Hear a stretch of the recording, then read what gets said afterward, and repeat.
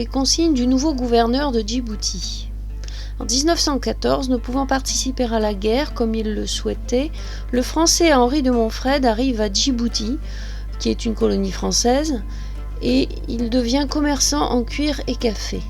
Cette existence le lasse vite, et il achète un bateau, engage 2 matelots somalis, un mousse et se lance dans l'aventure. La pêche aux perles d'abord, puis surtout le commerce des armes. Je sors d'une séance pénible dans le bureau de mon patron où, flanqué de son fondé de pouvoir, il vient de m'accabler de reproches pour mon manque de goût au métier de commerçant en cuir et café. En raison de l'intimité du gouverneur Pascal et de mon patron, je compris que ce dernier avait été gagné à la cause gouvernementale et que sa diatribe, sa critique violente, contre ma négligence n'était qu'une tentative pour me faire renoncer à la navigation. Je vais à mon bateau pour me remettre de cette scène fâcheuse. C'est l'heure de la marée basse. Mon petit bateau est couché sur le sable humide, découvert par le jusant, la marée basse. Ahmed et Abdi dorment béatement au frais, à l'ombre de la coque, dans le courant d'air du large. La mer, retirée à la corde du récif, à la limite du récif de corail, emplit l'air lumineux de son bruit. Il semble être la voix de cette écume blanche qui, éternellement, frange le bleu profond de l'océan sans âge. Je m'assieds sur le ventre de la barque. Mon parti est pris.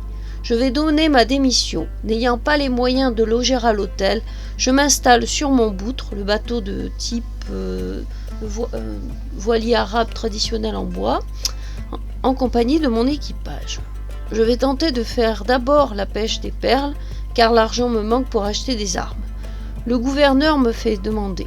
Petit homme soigné, barbiche blanche, lorgnon, sourire aimable, très homme du monde, avec cette nuance particulière aux fonctionnaires de haut rang, aux diplomates, enfin à tous ceux dont la politesse n'est qu'un masque aimable.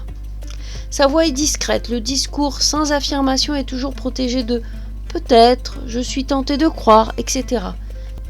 On me dit que vous auriez l'intention de faire une croisière en mer Rouge, sur un bourtre. J'explique. Alors vous passerez à proximité de Cheikh Saïd ? On en parle beaucoup en ce moment. Vous connaissez peut-être, non ? Alors il est probable que vous aurez la curiosité de voir un peu cette petite terre que nous devrions pouvoir dire française. Je serai très heureux de connaître vos impressions en retour. Ah, ce qui m'intéresse, mon Dieu, un peu tout. La beauté des couchers de soleil sur Bab el-Mandeb, si vous voulez. À part cela, que peut valoir ce territoire comparativement à Périm ? Notre installation là serait-elle vraiment gênante pour nos voisins d'Aden ? On dit que les Turcs y tiennent garnison. Alors les Turcs et l'Empire ottoman sont les alliés de l'Allemagne, donc les ennemis de la France qui est en guerre, Première Guerre mondiale, et Djibouti est colonisé par les Français.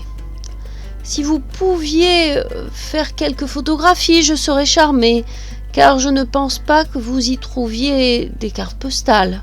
Pendant 1 heure, je reçus des directives très précises et je me rendis compte que des intérêts autres que la douce manie d'un vieux fonctionnaire étaient en jeu.